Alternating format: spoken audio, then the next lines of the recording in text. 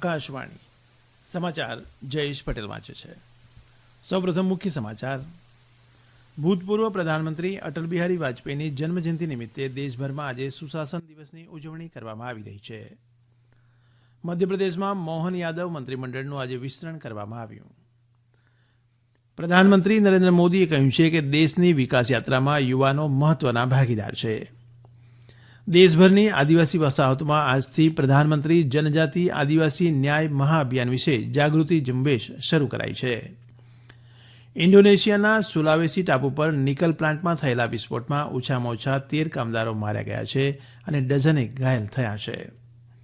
અને પ્રભુ ઈસુ ખ્રિસ્તના જન્મદિવસ નાતાલના તહેવારની દેશભરમાં ઉમંગ અને ઉત્સાહ સાથે ઉજવણી કરવામાં આવી રહી છે. સમાચાર વિગતવાર. પૂર્વ પ્રધાનમંત્રી અટલ બિહારી વાજપેયીની જન્મજયંતિ નિમિત્તે દેશભરમાં આજે સુશાસન દિવસની ઉજવણી કરવામાં આવી રહી છે.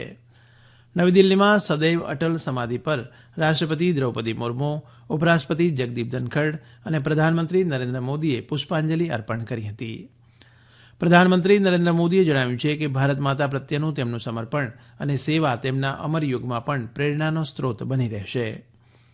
ભૂતપૂર્વ રાષ્ટ્રપતિ રામનાથ કોવિંદ, સંરક્ષણ મંત્રી રાજનાથસિંહ, લોકસભાના અધ્યક્ષ ઓમ બિરલા, ભાજપના રાષ્ટ્રીય અધ્યક્ષ જેપી નડ્ડા સહિત અન્ય મહાનુભાવોએ પૂર્વ પ્રધાનમંત્રી અટલ બિહારી વાજપેયીને શ્રદ્ધાંજલિ આપી છે.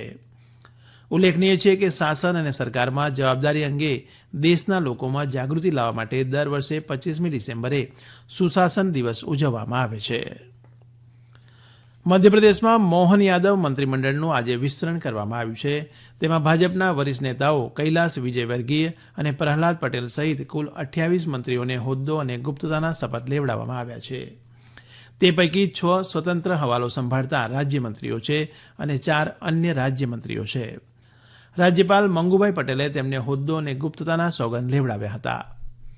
મધ્યપ્રદેશમાં મંત્રીપદના શપથ લેનારામાં કૈલાસ વિજયવર્ગીય અને પ્રહલાદ પટેલ ઉપરાંત રાકેશસિંહ રાવ, ઉદય પ્રતાપસિંહ, કરણસિંહ વર્મા, સંપતિયા ઉઇકે, ઐદલસિંહ કંસારા, પ્રદ્યુમનસિંહ તોમર, નિર્મળા ભુરિયા, વિજય શાહ, નારાયણસિંહ કુશવાહ, રાકેશ શુક્લ, ચેતન કશ્યપ વગેરેને કેબિનેટ કક્ષાના મંત્રી બનાવાયા છે.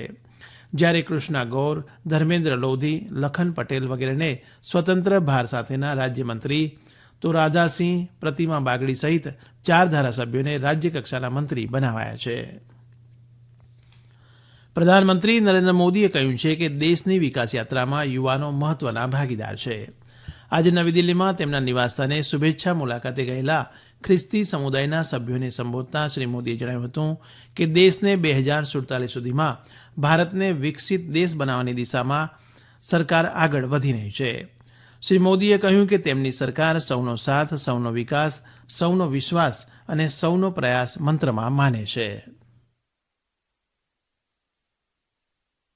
ईसाई समुदाय ने फ्रीडम मूवमेंट में महत्वपूर्ण भूमिका निभाई है.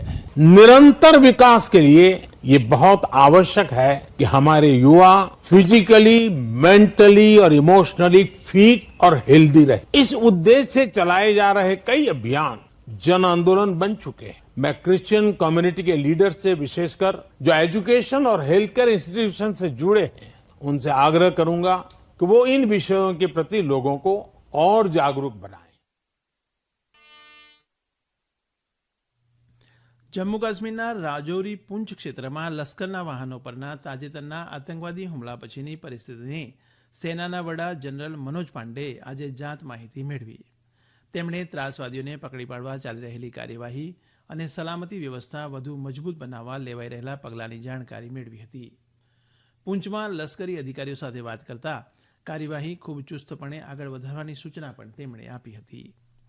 આ સમાચાર આપ આકાશવાણી પરથી સાંભળી રહ્યા છો. પ્રધાનમંત્રી નરેન્દ્ર મોદીએ 31મી ડિસેમ્બરે આકાશવાણી પરથી પ્રસારિત થનાર મન કી બાત કાર્યક્રમ માટે નાગરિકો પાસેથી તેમના વિચારો અને સૂચનો આમંત્રિત કર્યા છે. પ્રધાનમંત્રીએ એક સંદેશમાં જણાવ્યું છે કે અન્ય મુદ્દાઓની સાથે આ વખતે આપણે ચુસ્ત ભારતનો મુદ્દો આવરીશું. આ મુદ્દાને યુવાનો ખાસ ચાહે છે. પ્રધાનમંત્રીએ આ ઝુંબેશના અનન્ય પાસાનો ઊંડો અભ્યાસ કરવા તથા લોકો તંદુરસ્ત રહેવા માટે કેવો વ્યાયામ કરે છે અને કેવો પોષણક્ષમ આહાર લે છે તે વિશે જણાવવા પણ કહ્યું છે. તેમણે લોકોને તેમના અભિપ્રાયો નમો એપ પર જણાવવા અનુરોધ કર્યો હતો. આ ઉપરાંત માય જીઓવી ઓપન ફોરમ અથવા ટોલ ફ્રી નંબર 1800117800 ઉપર હિન્દી કે અંગ્રેજીમાં તેમના વિચારો રેકોર્ડ કરાવવા કહ્યું છે. આ ફોન નંબરની લાઇન 29 ડિસેમ્બર સુધી ખુલ્લી રહેશે. દેશભરની આદિવાસી વસાહતોમાં આજથી પ્રધાનમંત્રી જનજાતિ આદિવાસી ન્યાય મહાઅભિયાન વિશે જાગૃતિ ઝુંબેશ શરૂ કરાઈ છે. આદિવાસી બાબતોના મંત્રાલય દ્વારા આ માહિતી શિક્ષણ અને સંદેશ પ્રસારણ ઝુંબેશ શરૂ કરાઈ છે. કેન્દ્ર સરકારની કલ્યાણ યોજનાઓના લાભ સંપૂર્ણપણે લાભાર્થી સુધી ખાસ કરીને અંતરિયાળ આદિવાસી જૂથો સુધી પહોંચતી કરવાના હેતુથી આ ઝુંબેશ શરૂ કરાઈ છે.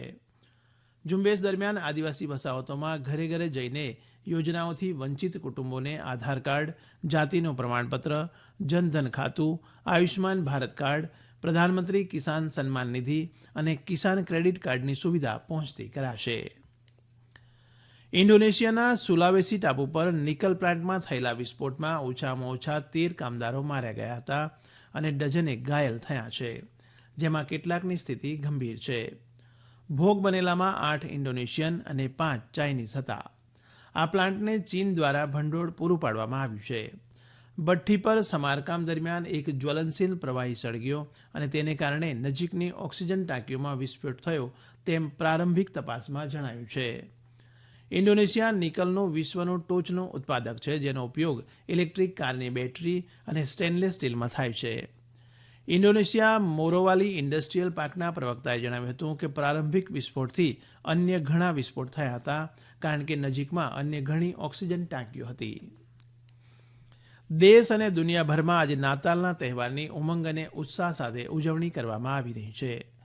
રાષ્ટ્રપતિ દ્રૌપદી મુર્મુ, ઉપરાષ્ટ્રપતિ જગદીપ ધનખડ અને પ્રધાનમંત્રી નરેન્દ્ર મોદીએ નાતાલના તહેવાર પર નાગરિકોને શુભેચ્છા પાઠવી છે. પ્રધાનમંત્રીએ જણાવ્યું છે કે આ તહેવારોની મોસમ બધા માટે આનંદ, શાંતિ અને સમૃદ્ધિ લાવે છે.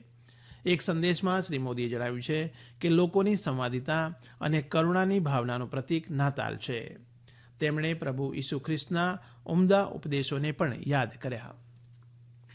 દેશમાં હવે એક નવી પુશ પુલ ટેકનોલોજીથી ચાલતી ટ્રેનની સેવાઓ મળવા લાગશે. રેલવે મંત્રી અશ્વિની વૈષ્ણવે જણાવ્યું છે કે આ નવીન ટેકનોલોજી આધારિત અમૃત ભારત ટ્રેનને પ્રધાનમંત્રી નરેન્દ્ર મોદી ટૂંક સમયમાં પ્રસ્થાન કરાવશે. પુશ પુલ ટેકનોલોજીવાળી ટ્રેનની ખાસિયત એ છે કે તે બહુ જલ્દી ગતિ પકડે છે અને જલ્દી રોકાઈ પણ શકે છે. મંત્રીએ ઉમેર્યું કે આ ટ્રેનમાં મુસાફરોને આંચકા ઓછા લાગશે અને સમય પણ બચશે. કેન્દ્રીય ગૃહમંત્રી અમિત શાહ ગુરુવારે 28મીએ તેલંગાણામાં રંગારેડ્ડી જિલ્લામાં રાજ્યના ભાજપ પક્ષના નેતાઓની બેઠકમાં ભાગ લેશે. આગામી લોકસભા ચૂંટણી માટે પાર્ટીના કાર્યકર્તાઓને તૈયાર કરવાની યોજનાના ભાગરૂપે આ બેઠક યોજાઈ રહી છે. આજે હૈદરાબાદમાં પત્રકારો સાથે વાત કરતા રાજ્ય ભાજપના પ્રમુખ કિશન રેડ્ડીએ જણાવ્યું હતું કે શ્રી શાહ રંગારેડ્ડી જિલ્લાના કોંગરાકલનમાં પાર્ટી મંડળના પ્રમુખો અને રાજ્ય સ્તરના નેતાઓ સાથે વાતચીત કરશે.